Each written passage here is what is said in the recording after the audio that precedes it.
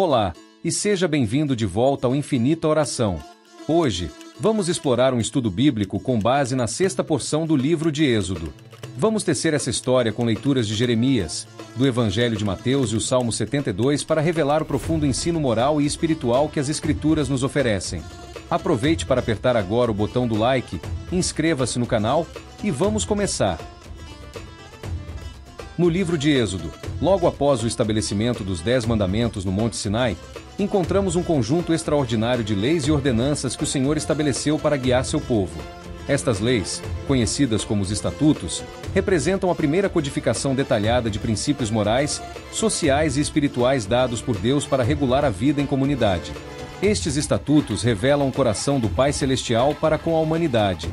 Eles não são apenas um conjunto de regras áridas, mas sim um reflexo do caráter divino e de sua preocupação com a justiça, a compaixão e a dignidade humana. Em cada ordenança, podemos ver o cuidado do Criador com os mais vulneráveis: o órfão, a viúva, o estrangeiro, o pobre e até mesmo o escravo. O texto sagrado nos apresenta estas leis em um momento crucial da história do povo hebreu. Recém-libertos da escravidão no Egito, eles precisavam aprender a viver como uma nação livre, sob a orientação divina. Estas ordenanças estabeleceram os fundamentos para uma sociedade justa e misericordiosa, muito diferente das práticas das nações vizinhas daquela época. Mas o alcance destes estatutos vai muito além do contexto histórico em que foram dados. Eles apontam para princípios eternos que encontram seu pleno cumprimento em Jesus. Como está escrito no Evangelho de Mateus, Jesus não veio para abolir a lei, mas para cumpri-la. Ele elevou estes princípios a um novo patamar, revelando sua verdadeira essência espiritual e moral. Ao estudarmos estas passagens, veremos como elas se conectam profundamente com as palavras dos profetas, especialmente Jeremias, que mais tarde chamaria o povo de volta a estes princípios fundamentais. Veremos também como estes estatutos se relacionam com as palavras de Jesus no Sermão da Montanha, onde ele aprofunda e expande seu significado, revelando seu propósito último no plano divino de redenção. O Salmo 72 complementa este estudo, apresentando a visão de um reino ideal onde a justiça e a misericórdia prevalecem, uma prefiguração do reino que Jesus veio estabelecer. Neste reino, os princípios destes estatutos encontram sua expressão mais elevada e perfeita. Ao mergulharmos nestas escrituras, descobriremos como estes estatutos antigos continuam relevantes para nossa vida hoje, oferecendo princípios eternos que podem guiar nossas decisões e relacionamentos. Eles nos mostram o caminho para uma vida que reflete o caráter do Todo-Poderoso e nos preparam para sermos cidadãos do seu reino.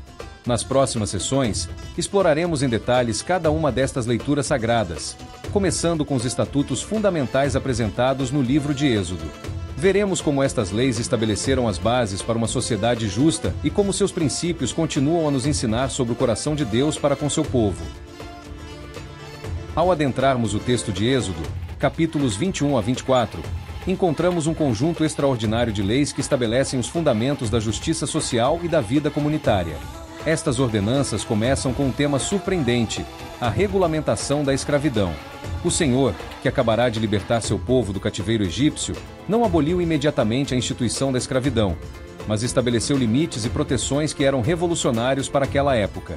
Na antiga sociedade israelita, a escravidão era frequentemente uma solução para dívidas, muito diferente do sistema cruel de escravidão praticado no Egito. O texto estabelece que um escravo hebreu deveria servir por apenas 6 anos, sendo libertado no 7º. Esta lei do ano sabático prefigurava o conceito mais amplo do jubileu, quando todas as dívidas seriam perdoadas e as terras devolvidas aos seus proprietários originais. Mas o texto vai além. Se o escravo tivesse recebido uma esposa de seu senhor durante seu período de servidão, ele enfrentava uma escolha comovente. Poderia partir livre, mas sozinho, ou escolher permanecer com sua família, tendo sua orelha furada como sinal de compromisso perpétuo. Este ritual profundo prenunciava o amor sacrificial de Jesus, que escolheu voluntariamente se tornar servo por amor à sua noiva, a Igreja. As leis prosseguem tratando de casos de violência e dano físico. O famoso princípio olho por olho, dente por dente não era um convite à vingança, mas sim um limite à retaliação, estabelecendo o conceito de proporcionalidade na justiça. Era uma proteção contra a escalada da violência, comum nas sociedades antigas onde uma pequena ofensa podia desencadear ciclos intermináveis de vingança. O texto dedica atenção especial à proteção dos mais vulneráveis. Viúvas e órfãos recebem garantias especiais, e o Senhor adverte que ouvirá pessoalmente seu clamor se forem oprimidos. O estrangeiro também é protegido, com um lembrete poderoso. Vocês conhecem o coração do estrangeiro, pois foram estrangeiros na terra do Egito. As leis sobre empréstimos e penhoras revelam uma preocupação extraordinária com a dignidade humana. Se alguém tomasse como garantia a capa de um pobre, deveria devolvê-la antes do pôr do sol, pois poderia ser sua única proteção contra o frio da noite. Este cuidado com as necessidades básicas do próximo reflete o coração compassivo do Eterno. O ciclo das festas anuais é estabelecido, criando momentos regulares de celebração e renovação espiritual. A festa dos pães ázimos, a festa da colheita e a festa da colheita final não eram apenas celebrações agrícolas, mas momentos de recordação das ações salvadoras de Deus e renovação da aliança com Ele. O texto culmina com um evento extraordinário. 70 anciãos de Israel sobem o monte com Moisés e contemplam a glória do Senhor. O texto descreve que viram o Deus de Israel, e sob seus pés havia algo como um pavimento de safira, tão límpido quanto o próprio céu. Esta visão extraordinária é seguida por uma refeição na presença divina, prefigurando a intimidade que Jesus estabeleceria com seus discípulos na última ceia. Moisés então permanece 40 dias e 40 noites no monte, recebendo instruções detalhadas sobre o tabernáculo. Este período prefigura o tempo que Jesus passaria no deserto e estabelece um padrão de preparação intensiva para grandes obras divinas. Estas leis não eram apenas um código legal, mas um manual de vida que revelava o caráter do Altíssimo. Cada estatuto refletia sua justiça, misericórdia e santidade, preparando o caminho para a revelação plena destes atributos em Jesus. Como veremos na próxima sessão, o profeta Jeremias retomaria estes temas séculos depois, chamando o povo de volta a estes princípios fundamentais em um momento crucial da história de Israel. Em cada detalhe destes estatutos, vemos sementes do Evangelho sendo plantadas. A proteção aos vulneráveis, a limitação da vingança, o cuidado com o estrangeiro, a provisão para os pobres. Todos estes princípios encontrariam sua expressão mais elevada nos ensinamentos e na vida de Jesus. Estes estatutos fundamentais estabelecidos em Êxodo não permaneceriam apenas como palavras escritas em um pergaminho. Séculos depois, o profeta Jeremias retomaria estes mesmos princípios em um momento crucial da história de Israel, chamando o povo de volta ao coração original destas leis divinas. Como veremos a seguir, sua mensagem profética revelaria as consequências profundas de negligenciar estes mandamentos eternos. O texto de Jeremias nos transporta para um momento crítico na história de Israel, onde o profeta confronta o povo com uma falha grave no cumprimento dos estatutos divinos. A passagem em Jeremias 34 aborda especificamente a questão da libertação dos escravos, um eco direto das leis que estudamos em Êxodo. Durante o reinado de Zedequias, último rei de Judá, Jerusalém estava sob cerco babilônico. Neste momento de crise, o rei e o povo fizeram um pacto solene perante o Senhor para libertar seus escravos hebreus, conforme ordenado na lei. Era um momento de aparente arrependimento e retorno aos caminhos do Altíssimo. Contudo, quando o cerco foi temporariamente suspenso devido à aproximação do exército egípcio, algo terrível aconteceu. O povo voltou atrás em seu compromisso, forçando novamente a escravidão àqueles que haviam libertado. Esta quebra de aliança revelou a superficialidade de seu arrependimento e a dureza de seus corações. A resposta divina através de Jeremias é contundente. O Eterno relembra como, ao libertar Israel do Egito, estabeleceu um pacto que incluía a libertação regular dos escravos hebreus. A falha em cumprir este estatuto não era apenas uma questão legal, mas uma grave violação da aliança fundamental entre Deus e seu povo. O profeta pronuncia então um julgamento severo. Aqueles que quebraram sua palavra e não deram liberdade a seus irmãos receberiam uma liberdade terrível, liberdade para cair pela espada, pela peste e pela fome. As palavras do profeta revelam um princípio espiritual profundo. A medida que usamos com outros será usada conosco. Em meio a esta mensagem de julgamento, encontramos em Jeremias 33 uma promessa extraordinária de restauração. O Senhor reafirma sua aliança com Davi e com os levitas, declarando que assim como estabeleceu as leis que governam o dia e a noite, sua aliança com seu povo permanece inabalável. Esta passagem nos ensina sobre a seriedade dos compromissos feitos diante do Todo-Poderoso. O povo havia entrado em um pacto solene, realizado no templo, diante do nome do Senhor. A quebra deste pacto não era uma questão trivial, era uma profanação do nome do Altíssimo. O texto também revela como a justiça social e a verdadeira espiritualidade estão intrinsecamente ligadas. O povo de Jerusalém mantinha o culto no templo, mas sua disposição em escravizar novamente seus irmãos revelava que seu coração estava longe dos verdadeiros princípios da lei divina. A mensagem de Jeremias continua relevante hoje. Quantas vezes fazemos promessas a Deus em momentos de crise, apenas para esquecê-las quando a pressão diminui? Quantas vezes nossa adoração se torna um ritual vazio, desconectado de como tratamos nosso próximo? O profeta nos lembra que o Pai Celestial olha além de nossas palavras e rituais religiosos. Ele observa como tratamos os outros, especialmente os mais vulneráveis. A verdadeira espiritualidade se manifesta em ações concretas de justiça e misericórdia. A promessa de restauração em Jeremias 33 aponta para Jesus, o filho prometido de Davi, que estabeleceria uma nova aliança baseada não em leis escritas em tábuas de pedra, mas em corações transformados. Ele seria o cumprimento perfeito tanto da lei quanto das promessas proféticas. Esta passagem também nos ensina sobre a fidelidade do Senhor em contraste com nossa infidelidade. Mesmo quando o povo quebrou sua palavra, o Eterno manteve suas promessas. As leis do dia e da noite mencionadas no texto são testemunho contínuo da imutabilidade das promessas divinas. O julgamento pronunciado por Jeremias não era a última palavra. Mesmo em meio às palavras mais severas de correção, o profeta sempre apontava para a esperança da restauração através do Messias prometido. Como veremos na próxima sessão, Jesus apresentaria uma compreensão ainda mais profunda destes princípios em seu Sermão da Montanha. Esta narrativa nos desafia a examinar nossa própria fidelidade aos compromissos que assumimos com Deus e com outros. Nos chama a uma espiritualidade que une adoração verdadeira com justiça social, preparando o caminho para o reino que Jesus veio estabelecer. A mensagem poderosa de Jeremias sobre justiça social e fidelidade aos estatutos divinos encontraria sua expressão mais elevada nos ensinamentos de Jesus. No Sermão da Montanha, o Mestre revelaria uma compreensão ainda mais profunda destes princípios eternos, elevando-os a um novo patamar de amor e graça. Suas palavras transformadoras nos mostrariam como viver estes estatutos não apenas na letra, mas no espírito. No Evangelho de Mateus, encontramos Jesus ensinando sobre os estatutos divinos de uma maneira que transcende a interpretação literal comum em sua época. Suas palavras no Sermão da Montanha não contradizem a lei antiga, mas revelam seu significado mais profundo e espiritual. O texto em Mateus 5 aborda diretamente o princípio de olho por olho, dente por dente que estudamos em Êxodo. Jesus apresenta um padrão ainda mais elevado, mas eu lhes digo, não resistam ao perverso. Se alguém o ferir na face direita, ofereça-lhe também a outra. Este ensinamento revolucionário não anula a justiça da lei antiga, mas a eleva a um novo patamar de amor sacrificial. Considere o contexto histórico. Na sociedade romana da época, um tapa na face não era apenas uma agressão física, mas uma profunda humilhação social.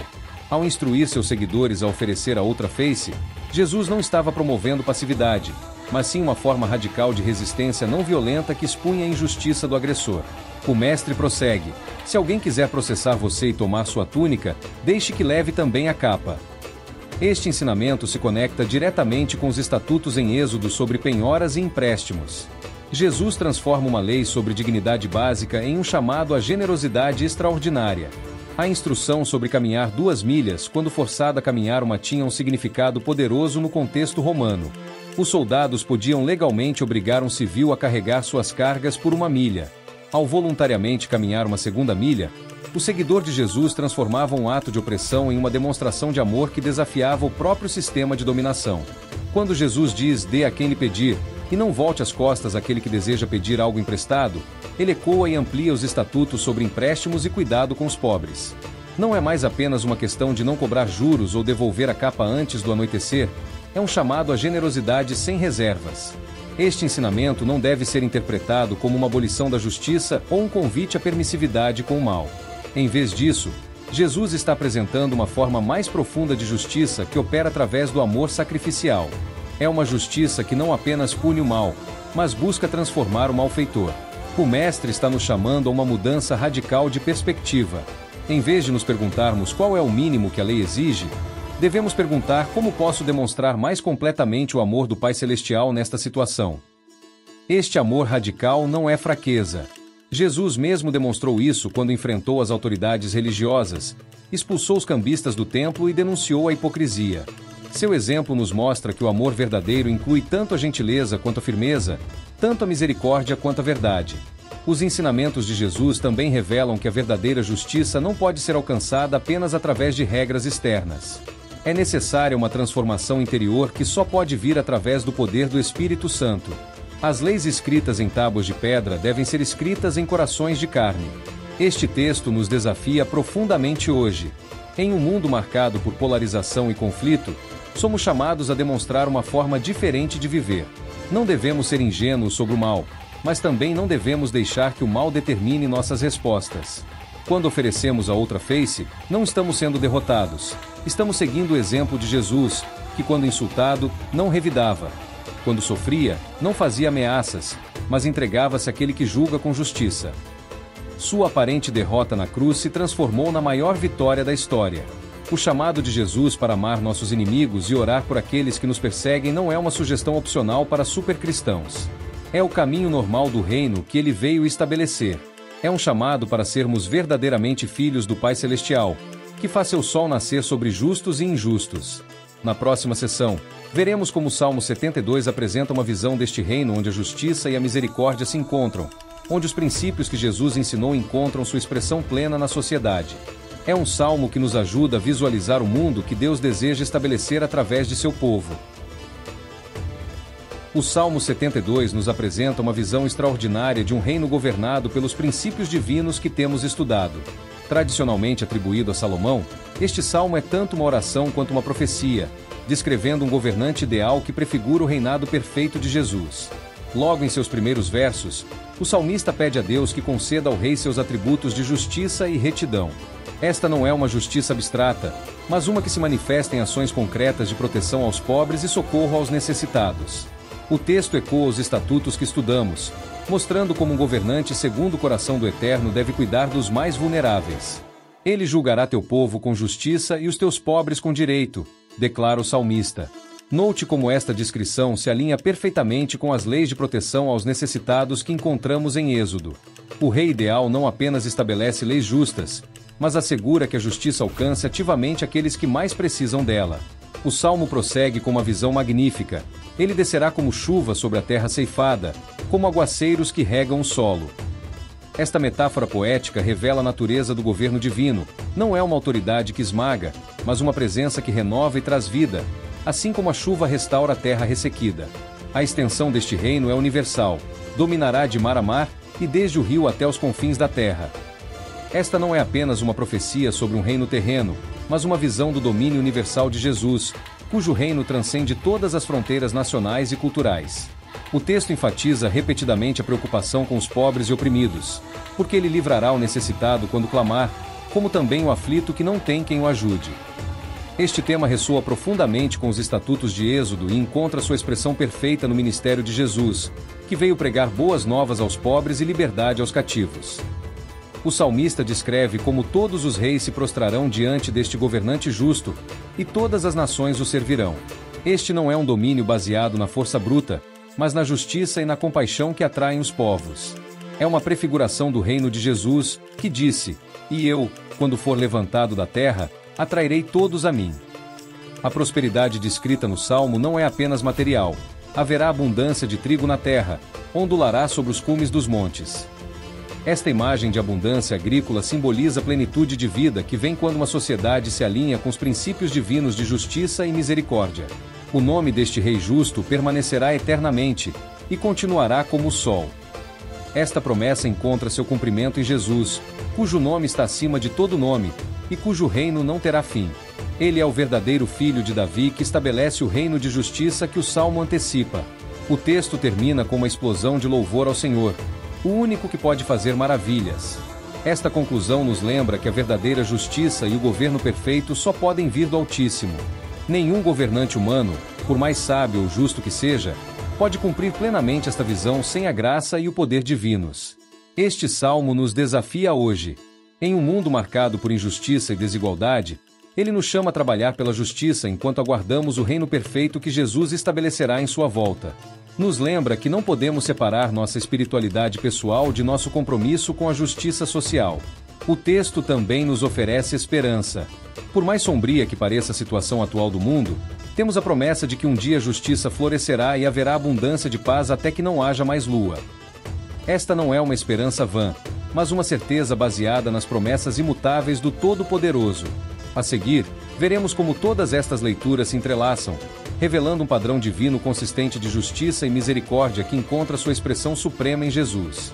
Cada texto que estudamos adiciona uma nova dimensão à nossa compreensão do coração do Pai Celestial e seu plano para a humanidade. Ao examinarmos em conjunto as leituras que estudamos, emerge um padrão divino extraordinário que conecta os estatutos de Êxodo, as palavras proféticas de Jeremias, os ensinamentos de Jesus e a visão do Salmo 72. Esta trama divina revela um plano consistente que encontra sua consumação em Jesus. Comecemos observando como o tema da libertação percorre todos os textos. Em Êxodo, o Eterno estabelece leis para libertar escravos regularmente, um eco de sua própria ação libertadora no Egito. Jeremias confronta o povo por falhar em cumprir estas leis de libertação. Jesus eleva este princípio ao ensinar sobre uma libertação mais profunda, a libertação do ciclo de vingança e retaliação. O Salmo 72 culmina com a visão de um rei que traz libertação universal. A proteção dos vulneráveis é outro fio que une estas passagens. Os estatutos em Êxodo estabelecem proteções específicas para viúvas, órfãos e estrangeiros. A denúncia de Jeremias surge precisamente quando o povo falha em proteger seus irmãos mais fracos. Jesus expande esta proteção ao ensinar seus seguidores a dar mais do que lhes é pedido. O Salmo 72 descreve um rei que ativamente defende os pobres e necessitados. O conceito de justiça evoluía através destes textos de maneira fascinante. Em Êxodo, encontramos a justiça retributiva do olho por olho, estabelecendo limites à vingança. Jeremias revela como a verdadeira justiça está ligada à fidelidade aos pactos. Jesus transforma a compreensão de justiça ao ensinar sobre amor sacrificial. O Salmo 72 apresenta a justiça como uma força ativa que traz renovação, como chuva que rega a terra seca. Observe como o tema da aliança se desenvolve. Os estatutos em Êxodo são parte da aliança no Sinai. Jeremias fala sobre a quebra desta aliança e a promessa de uma nova. Jesus, em seu ensino, aponta para esta nova aliança baseada no amor. O Salmo 72 visualiza o cumprimento perfeito da aliança através do Rei Prometido. A transformação interior é outro tema recorrente. Os estatutos em Êxodo regulam o comportamento externo, mas Jeremias revela a necessidade de uma mudança no coração. Jesus ensina que a verdadeira justiça flui de um coração transformado. O Salmo 72 descreve uma transformação que afeta toda a criação. As imagens de prosperidade e abundância também se conectam de maneira significativa. Os estatutos em Êxodo visam criar uma sociedade onde todos podem prosperar. Jeremias contrasta esta visão com as consequências da injustiça. Jesus ensina sobre uma abundância que vem através da generosidade radical. O Salmo 72 pinta um quadro de prosperidade universal sob o governo do Rei Justo. O papel do governante justo é outro tema unificador. Os estatutos em Êxodo estabelecem o padrão para a liderança justa. Jeremias confronta líderes que falharam neste padrão. Jesus demonstra uma nova forma de liderança através do serviço. O Salmo 72 apresenta o governante ideal que cumpre perfeitamente este papel. Em cada texto, vemos também o contraste entre a fidelidade divina e a infidelidade humana. Os estatutos revelam o caráter fiel do Eterno. Jeremias expõe nossa tendência à infidelidade. Jesus demonstra a fidelidade perfeita até a cruz. O Salmo 72 antecipa o reino onde a fidelidade divina triunfa completamente. A dimensão profética destes textos é notável. Os estatutos em Êxodo prefiguram um reino de justiça. Jeremias profetiza sobre uma nova aliança. Jesus começa a estabelecer este reino através de seu ensino e sacrifício. O Salmo 72 oferece uma visão do cumprimento final de todas estas profecias. O aspecto prático destes ensinamentos não pode ser ignorado. Cada texto nos chama a ações concretas de justiça e misericórdia.